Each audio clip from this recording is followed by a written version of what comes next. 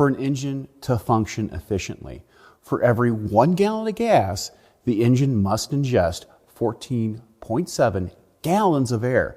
That's quite a bit of air. And over the lifetime of an air filter, that means a lot of debris can be trapped inside the filter depending on how long it is on the vehicle and how many gallons of gas that are burned. This is critical that the air filter is replaced because if it's blocked or damaged, it can't ingest that 14.7 gallons of air compared to the 1 gallon of gas. So we now know that this air filter is having to filter a lot of air to burn the gas in the tank, and it can also impact how the vehicle operates between oil changes.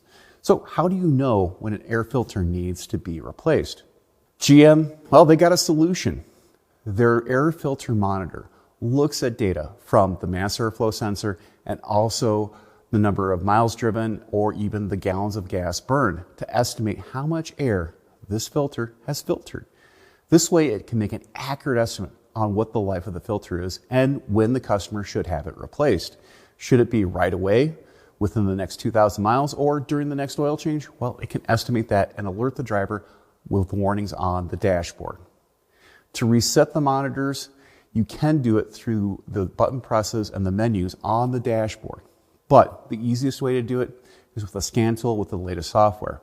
Just keep in mind, these started in 2019 on the V6 Camaro, not the V8, and it continues to be added to other vehicles with like the 2-liter Ecotec engine and also on some of the SUVs. So keep this in mind when you're replacing an air filter on a newer GM vehicle that you have to reset that monitor. I'm Andrew Markell. Thank you very much.